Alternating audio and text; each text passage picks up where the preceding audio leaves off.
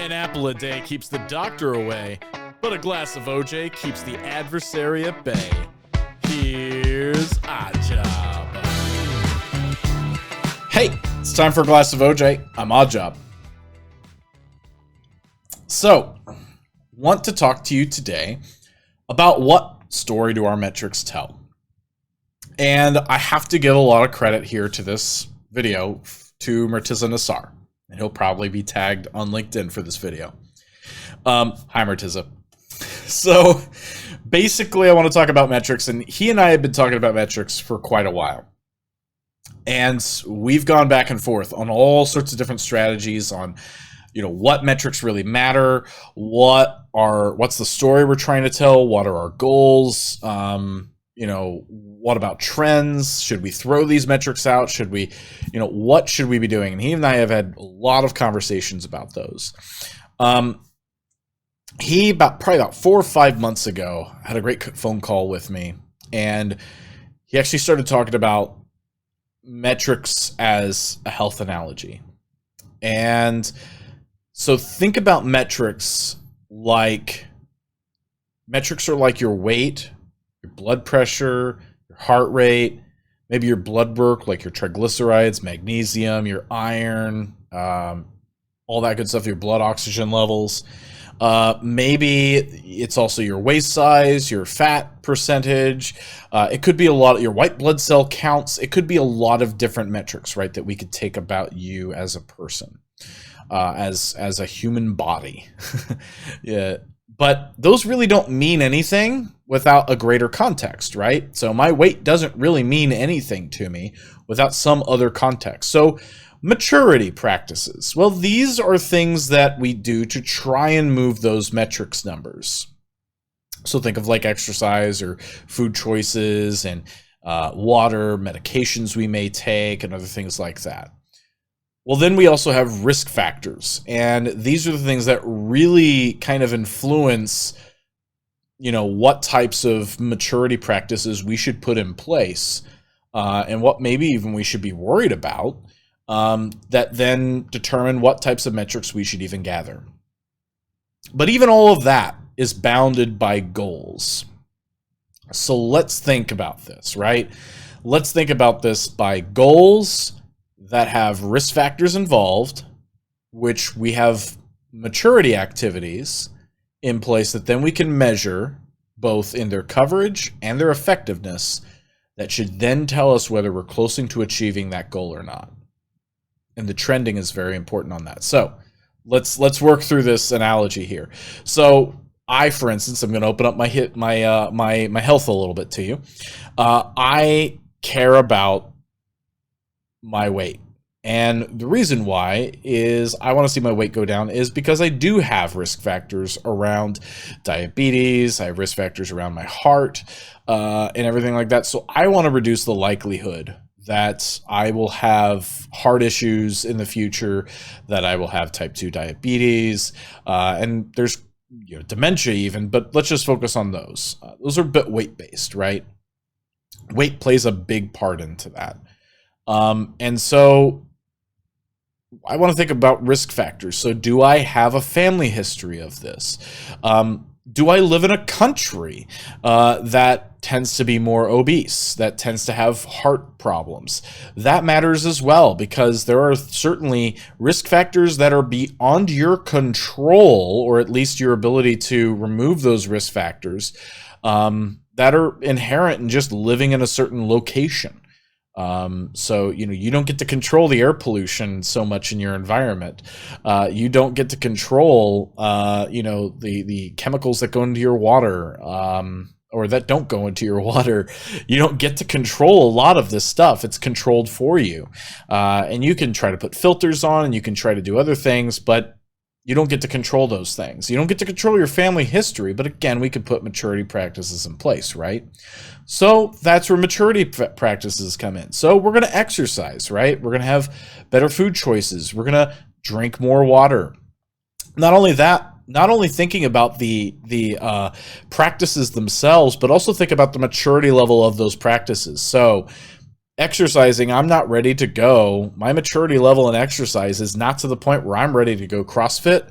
I'm not ready to do marathon runs. I can't do Spartan runs. I can't do any of that.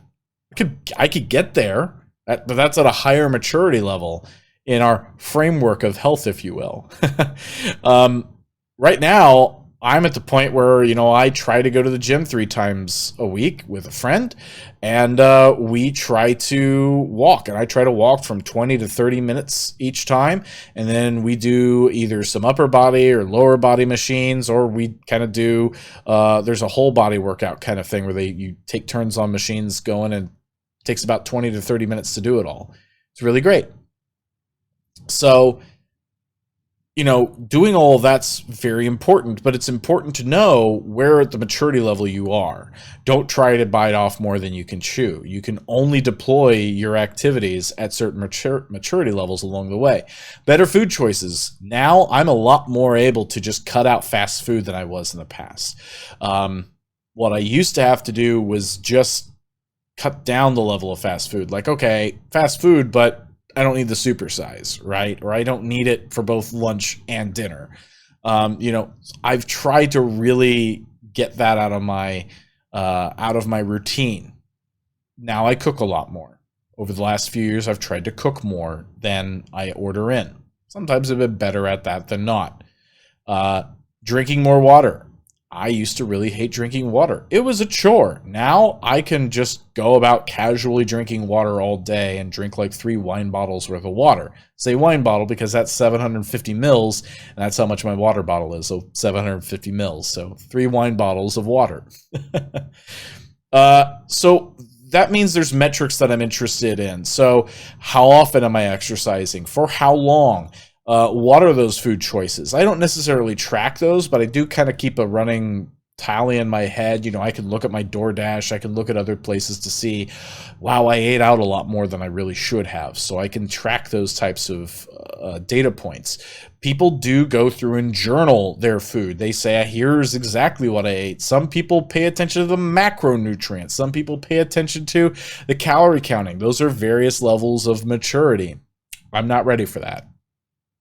I don't have an app on, there's actually water bottle tops you can buy that will track the amount of water you've drunk over time, or you can manually do it. I don't manually track that. I could, and it could probably tell me a bit more about how my water drinking habits affect my health.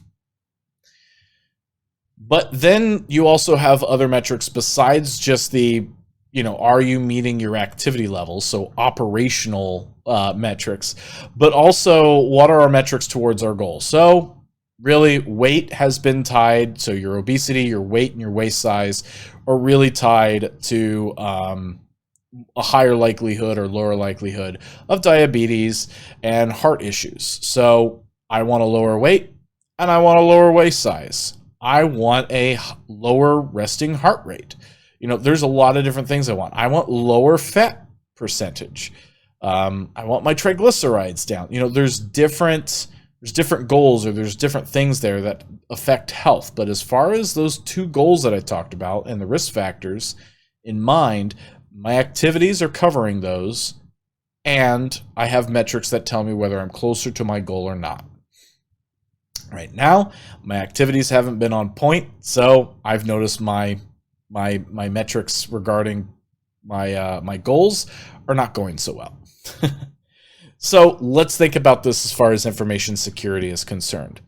So let's look at reducing the likelihood of a breach. So reducing the likelihood of a breach would mean we would result in less incidents and maybe higher block rates, right? So we should first look at our risk factors for a breach. So what's your external footprint? What's the version of applications and operating systems on the front ends of your applications that are external? Do you have RDP open to the internet? What vectors into your environment exist? Is it email? Is it compromised credentials? What is out there for you? Is it third party? Are your risk factors more third party related than it is internally? Do you have a lot of mergers and acquisitions going on? So you're always adopting new tech debt. You're always adopting new external footprints all the time. What are your risk factors you should be considering? Then we need to think about what activities would help with those risk factors. So maybe it's ensuring WAFs are in place. Maybe it's ensuring we have good segmentation. Maybe it's ensuring that we have patching of our external facing servers especially, and maybe even hardening them to some kind of standard. Maybe it's ensuring we have email protection to cover that vector. Maybe MFA, which takes care of not only the email but stolen credential issue. Maybe it's even something as simple as inventorying of our assets to even be able to have the visibility to say and give us the authority to say we are covering our risk factor based assets. So when we look at these activities, we need to start looking for numbers that indicate coverage of the activity, right? We need patch operation numbers like, what's the number of missed patches right now? Are we fully patched on software? Are we fully patched on the application? Are we fully patched on the operating system? Do we have up-to-date images in our containers? What about incidents involving the vectors we just listed? Are we seeing those go down, for instance? So then the metrics come in that tell a story. Are we getting closer to our stated goal or not of reducing the likelihood of a breach? And you want to see the status of your activities, of course, but you also want to have some kind of number that reacts to that activity, such as incidents going down, increase in blocked attacks. Most importantly, you should trend those. So trending, obviously, 1 data point, it's not a trend. 2 data points, not a trend. 3 data points, kind of starting getting towards a trend. By the 4th, 5th, and especially the 6th data point, you should start knowing whether you're making good progress or not. Yes, if you gather monthly metrics, it could take half a year before you realize whether the activities you put in place are even taking care of your stated goals. So, what about when our metrics don't show that we are getting to our stated goals? You have some questions that you have to ask yourself. Are the activities that you said you were going to engage in, are they known to be causally linked with your desired results? Have you considered all your risk factors? Has the threat model you've adopted, do you have significant amounts of visibility across that threat model? Or are you only taking a couple points of view and you're missing a whole lot of data? So you're missing data. What does that missing data tell you about? Maybe going back, maybe some of the metrics you have don't really tell the story of your activities and the progress you're making. Maybe you have activities and metrics on those activities that don't really tell you a whole lot. For instance, in vulnerability management, we have found now in modern vulnerability management that the age of a vulnerability, as far as when it was first reported, doesn't really tell you a lot about your likelihood of being attacked with that vulnerability.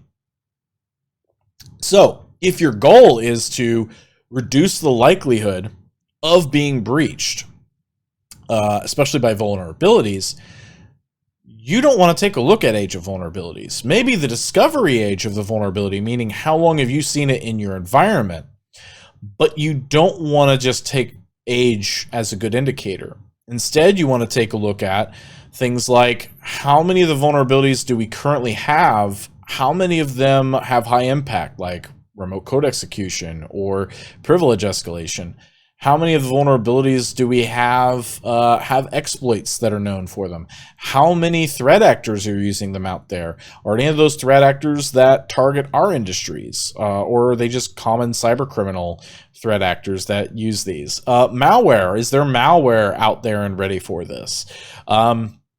Those are very important things to consider when you're looking at what is most impactful, and therefore what activity and how you want to measure that activity is going to tell you about what's going to go towards the goal or not.